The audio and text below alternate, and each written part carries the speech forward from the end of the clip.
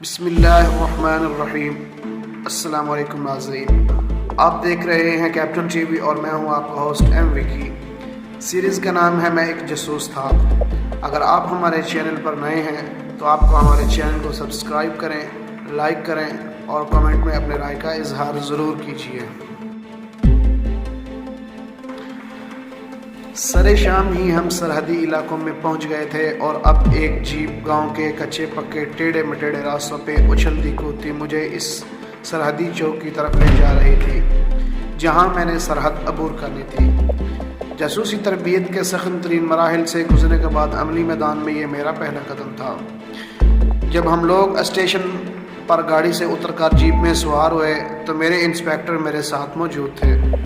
Train میں سارے راستے انہوں نے بہت ہی خوبصورت طریقے سے مجھے ٹریننگ میں سرحد کرنے سے متعلق بتائے ہوئے تمام اصول دہرا دیے تھے، لیکن جیسے ہی ہم لوگ اسٹیشن پر پہنچ کر پہلے منتظر جیپ میں سوار ہوئے وہ خاموش ہو گئے۔ مجھے تو اپنی ٹریننگ کے مطابق اب بالکل خاموش رہنا تھا، کیونکہ حفاظتی اقدامات میں پہلا اقدام یہی تھا کہ جہاں تک ہو سکے خود کو چھپائے رکھو۔ مجھے انسپیکٹر کے وہ الفاظ آج بھی اچھی طرح یاد تھے، عملی میدان میں بس اوقات حالات تربیت میں بتلائی گئی باتوں سے بالکل مختلف پیش آتے ہیں، اور وہی اصل میں ایک جاسوس کے امتحان کا بہترین وقت ہوتا ہے۔ جیپ ہمیں لے کر سیدھی کمپنی ہیڈ کوارٹر میں پہنچی، جو سرحد سے تقریباً 2.5-3 میل کے فاصلے پر بنا ہوا تھا۔ اسٹیشن سے یہاں تک کا فاصلہ ہم نے آدھے گھنٹے میں طے کیا تھا، لیکن اس آدھے گھنٹے میں ہی سرحدی علاقے میں فوج کی نقل و حرکت نے مجھے معاملے کے سنگین نوعیت کا احساس دلا دیا تھا۔ اپنے جیلوں کو حالات جنگ میں دیکھ کر میرے جذبے کو گویا منحیز لگ گیا۔ سورج ابھی مکمل غروب نہیں ہوا تھا جب ہم ایک مرتبہ پھر سرحدی چوکی کی طرف سفر کر رہے تھے، لیکن اس مرتبہ ہمارے ساتھ ایک اور ہستی بھی شامل ہو گئی تھی۔ اس سے ملو، یہ ہے عبداللہ، تمہارا گائیڈ۔ میرے انسپیکٹر نے کمپنی ہیڈ کوارٹر میں ایک شیرے سے جسم کے نوجوان سے میرا تعارف کرواتے ہوئے کہا، اور جواب میں نے کہا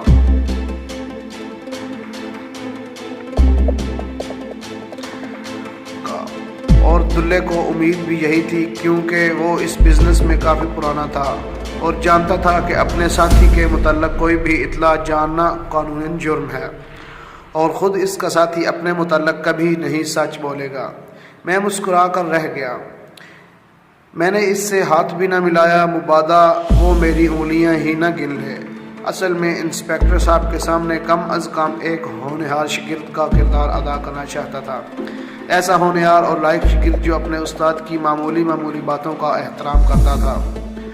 اپنے گائیڈ پہ شک کرو، ممکن ہے وہ ڈبل ایجنٹ ہو۔ ہر جاسوس کی تربیت حاصل کرنے والے کو سب سے پہلے گائیڈ سے متعلق یہی بات کہی جاتی۔ عبداللہ ہمارے آگے آگے جا رہا تھا اور میں انسپیکٹر صاحب کے پیچھے پیچھے۔ میں نے بھارتی دیہاتیوں والے کپڑے پہن رکھے تھے اور اپنا حلیہ بالکل منسکھوں جیسا بنا رکھا تھا۔ میرے انسپیکٹر کے اس وقت کیا جذبات تھے جب وہ اپنے شاگردوں کو پہلے مشن پر روانہ کر رہا تھا، اس کا اندازہ کچھ ہی دیر میں کر سکتا تھا۔ پوسٹ تک پیدل چلتے ہوئے وہ مجھے اس علاقے کی تفصیلات بتاتے رہے جہاں تک میں نے سرحد عبور کرنی تھی۔ سرحد عبور کرنے کے بعد آنے والے پہلے گاؤں کا نام پکی سڑک کہاں ہے، ان کی سرحدی چوکی کس طرف ہے، عموماً B S F Indian border security forces والے کس علاقے پر زیادہ نظر رکھتے ہیں، محفوظ راستے میں آنے والے ندی نالے، ان کا محل وقوع، آبادی کے متعلق معلومات، گردوار اور مندر کی نشاندہی کر رہا تھا۔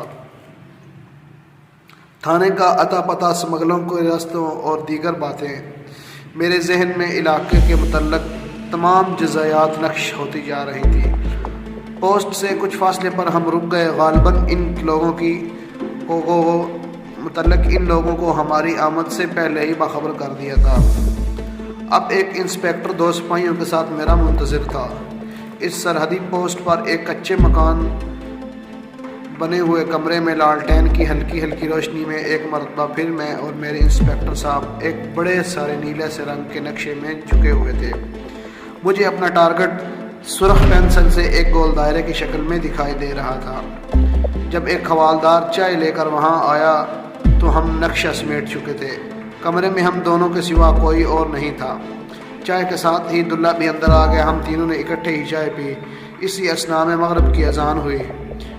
وہیں ایک خالی قطع زمین پر بنائی ہوئی مسجد میں نماز پڑھنے لگے۔ چونکہ رینجر کے لیے یہ امر باعث سعادت ہوتا ہے، وہ اپنی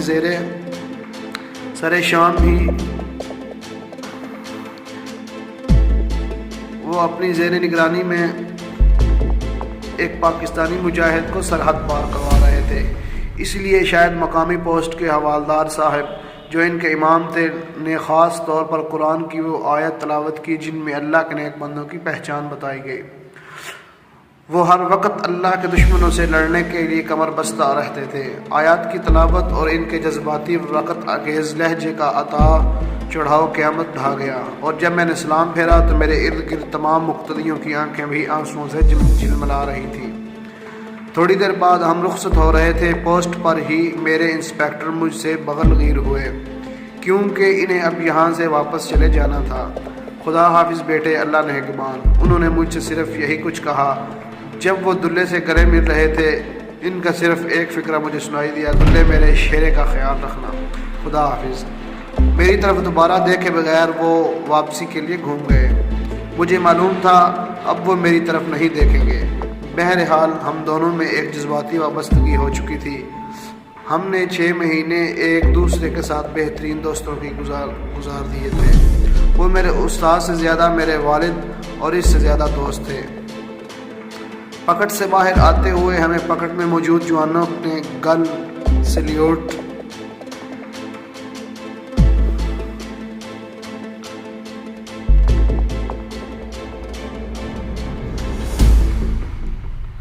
کے ساتھ الوداع کہا۔ پھر باقی تو سب وہیں رہ گئے۔ دلہ اور مسلح جوان آگے آگے چل دیے اور میں ان کے پیچھے پیچھے۔ میرے کندھوں سے ایک کپڑے کا تھیلا لٹکا ہوا تھا۔ اب میں مکمل بھارتی دیہاتی نظر آ رہا تھا۔ سرحدی لکیر پر ایک مخصوص مقام پر پہنچ کر دونوں محافظ رک گئے۔ انہوں نے تیزی سے پوزیشن لے لی اور وہ مکمل رینجر نظر آ رہے تھے۔ مستعد، چاق چوبند، تیار بے تیار۔ دونوں نے ایک مرتبہ پھر مجھے سلوٹ گان دیا اور وہیں زمین پر بیٹھ گئے۔ میں نے سر کے اشارے سے سلام کا جواب دیا۔ دلے کی معیت میں سرزمین پاک سے سرزمین ہنود پر پہلا قدم رکھا تھا۔ ہم دونوں ایک دوسرے سے 5 گز کے فاصلے پہ رہے۔ میرے منہ میں چنگم تھی جسے میں مسلسل چبا رہا تھا۔ چاروں طرف سناٹا چھا گیا۔ خدا کی ذات، اس وقت تک تو میں وہی کچھ کرتا آیا جو ہمیں سکھایا گیا، لیکن اب وقت اس سے بڑھ کر کچھ کرنے کا آ گیا تھا۔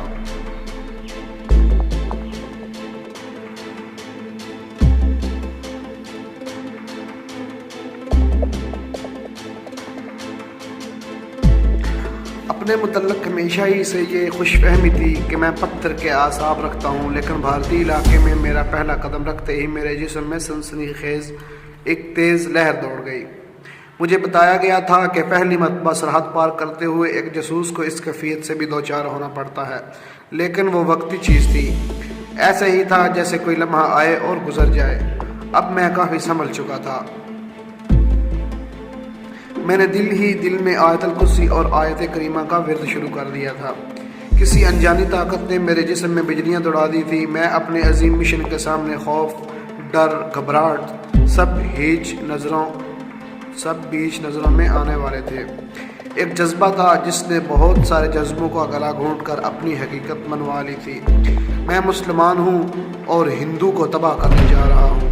اس ہندو کو جو میری ماؤں بہنوں، میرے ملک، میری قوم کو لوٹ لینا چاہتا تھا، مار ڈالنا چاہتا تھا۔ میں بقا کی جنگ لڑنے جا رہا تھا ایک گھٹیا دشمن کے خلاف۔ دلہ بڑے اطمینان کے ساتھ آہستہ آہستہ قدم اٹھاتا میرے آگے چل رہا تھا۔ 2-3 منٹ تک مسلسل چلتے رہنے کے بعد وہ پلٹ کر دیکھ لیتا، کیونکہ اس کا لڑک پن اور جوانی انہی راستوں کو پھلانگتے پھلانگتے گزر چکی تھی۔ لیکن میرا بہرحال یہ پہلا تجربہ تھا۔ مجھے ہر وقت ہر قدم پھونک پھونک کر احتیاط کے ساتھ اٹھانا پڑتا۔ رات کے سناٹے میں پیروں کی ہلکی سی چاپ بھی فضا میں دھماکے کی طرح گونجتی ہے، اور پھر سیے کی ایک گولی اور چھٹی کیونکہ ایسے حالات میں ان دونوں سرحدوں کی دونوں طرف یہ واقعہ رونما ہو رہے تھے۔ ان حالات میں کوئی بھی سرحدی محافظ ہالٹ پکارنے کی مہلت دینے کو تیار نہیں ہوتا۔ شاید یہی وجہ تھی مجھ میں اور دلے میں فاصلہ بڑھ جانا تھا۔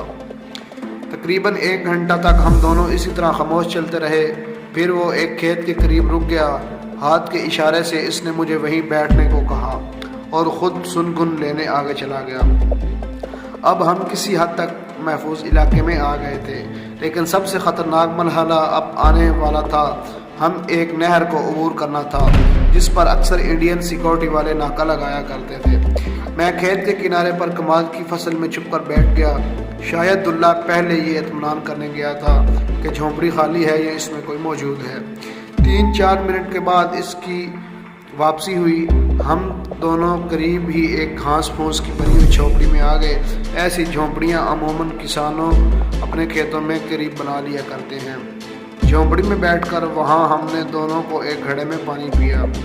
میں ننگے پاؤں چلتے ہوئے آیا تھا جبکہ دلے نے فلیٹ بوٹ پہن رکھے تھے۔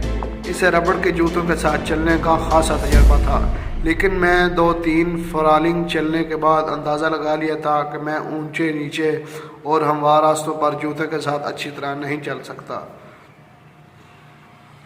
اس علاقے میں ایک خاص قسم کے چھوٹے چھوٹے کانٹوں والی جھاڑیاں جا بجا کھیتوں میں اور خاص طور پر کھیتوں کے کنارے پر لگی ہوئی تھیں۔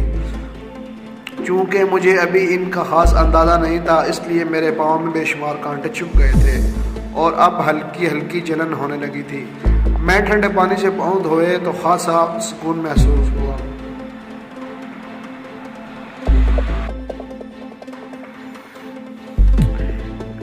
یہیں ٹھہرو، میں ذرا جائزہ لے کر آؤں، دلے نے سرگوشی میں کہا اور مجھے کچھ ہدایتیں دے کر باہر چلا گیا۔ اس کے باہر جاتے ہی میں اپنا لاہے عمل طے کرنے لگا۔ ہم لوگ راجستھان کے علاقے گنگا نگر سے سرحد عبور کر رہے تھے۔ گنگا نگر پہلا سرحدی شہر تھا جو میرے ٹارگٹ کے راستے میں آتا تھا۔ دلے نے مجھے یہاں چھوڑ کر واپس چلے آنا تھا، جبکہ بعد میں اپنے ٹارگٹ کے متعلق مجھے اکیلے ہی سفر کرنا تھا۔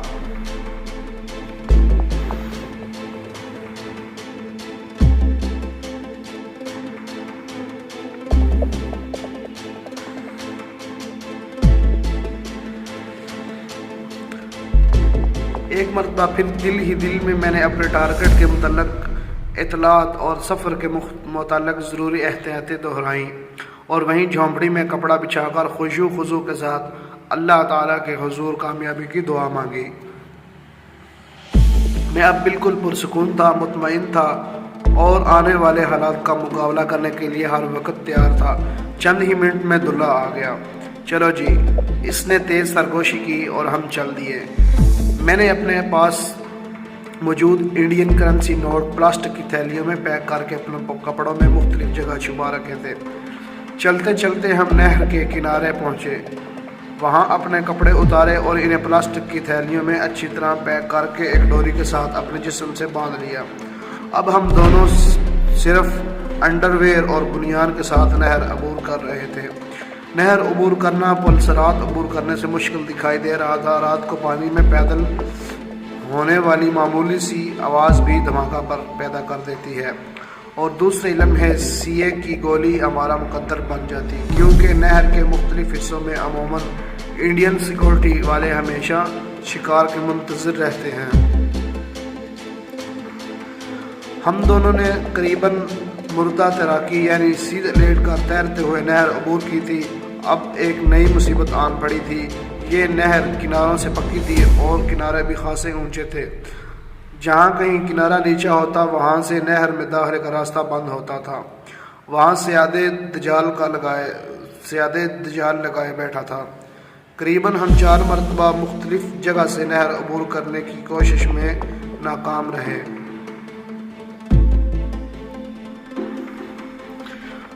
خدا کر کے ایک جگہ نہر کے کنارے بڑی بڑی جنگلی گھاس کے سرکنڈے جھکے دکھائی دیے۔ مجھ سے پہلے دلے نے انہیں پکڑ کر جسم کو زور سے اوپر کی طرف جھٹکا دیا۔ میں اس کی جسمانی پھرتی پر حیران رہ گیا۔ اس کے بدن میں تو بجلیاں بھری ہوئی تھیں۔ ایک ہی جھٹکے میں اوپر وہ پہنچ گیا تھا۔ وہاں جا کر اس نے اپنا تھیلا کھولا اور اپنی پگڑی کو نیچے لٹکایا۔ جس کی مدد سے میں بھی باہر آ گیا۔ باہر آ کر مجھے علم ہوا کہ اس نے کیوں پہل کی تھی۔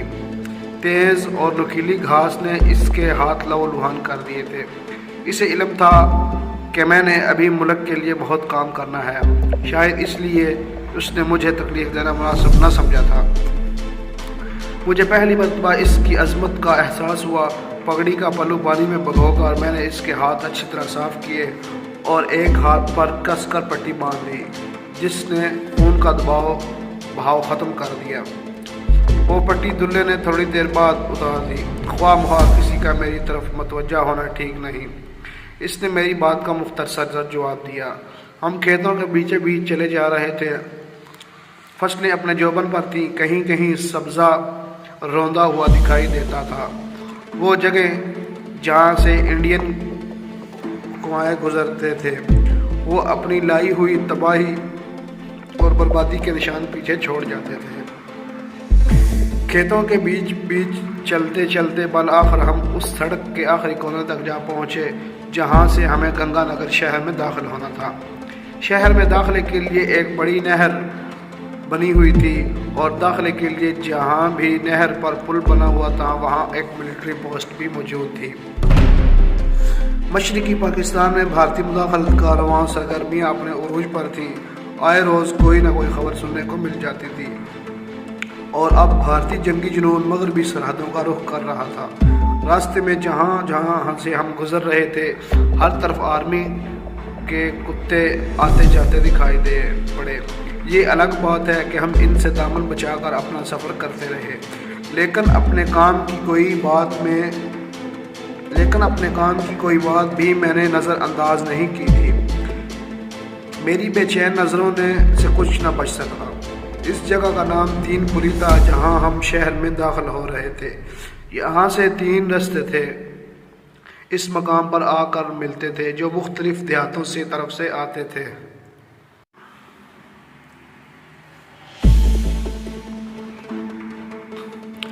تین پلی سے تھوڑا سا پیچھے ہمیں ایک سائیکل رکشہ نظر آ گیا۔ وہ شخص کسی کا دودھ لے کر شہر کی طرف جا رہا تھا۔ دلہے نے موقع غنیمت جانا اور اسے ٹھہرنے کا اشارہ کیا۔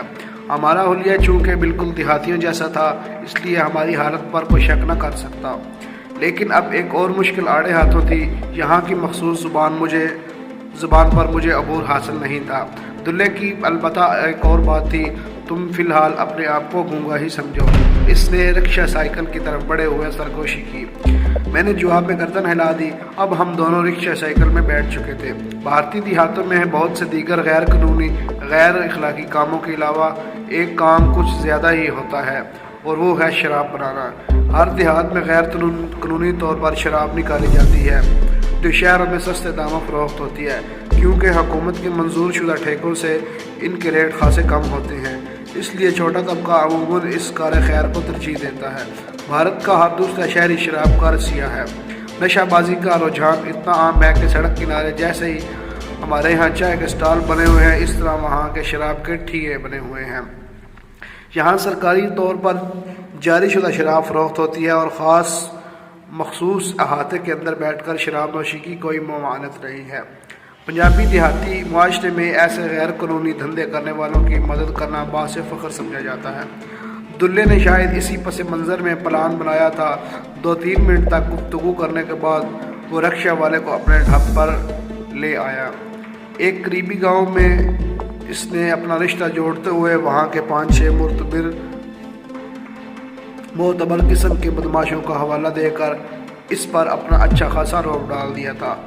مہاراج جی، ہم تو داس ہیں، آپ کے جتنا مال بھی ہو شہر پہنچ جائے گا۔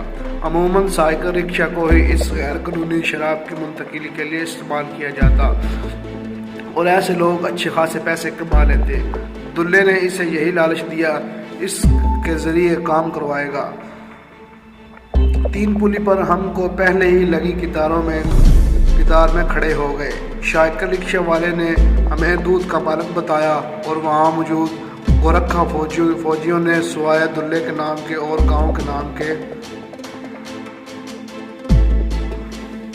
اور کچھ نہیں پوچھنا تھا۔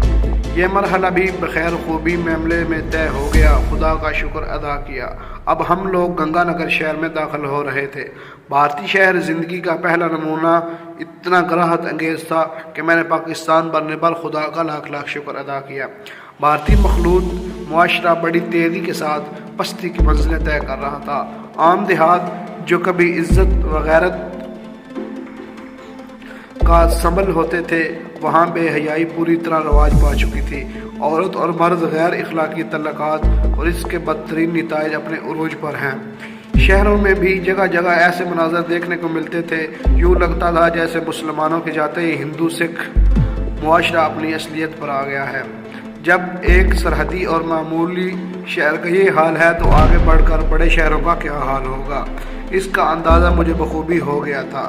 رکشے والے نے ہمیں شہر کے عین درمیان لاری اڈے کے نزدیک اتار دیا تھا۔ ہمارا لاکھ ضد کرنے کے باوجود اس نے ہم سے کرایہ نہیں لیا تھا۔ وہ تو ہمیں چائے پلانے سے بھی تلا ہوا تھا، لیکن یہ زیادتی تھی۔ میں نے اور دلہے نے اسے زبردستی اپنے ساتھ ناشتہ کروایا۔ اگلی صبح ملاقات کا وعدہ کر کے اس سے الگ ہو گئے۔ ناشتے سے فارغ ہو کر ہم دونوں گنگا نگر لاری اڈے کا رخ کیا۔ اس اثنا میں میں نے گونگا بنے رہنے میں ہی خیریت جانی تھی۔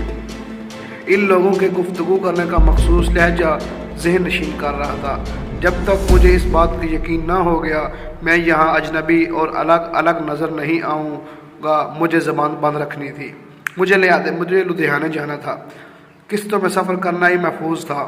ہم ایک اور بس میں بیٹھے اور ابو ہر کی طرف چل دیے۔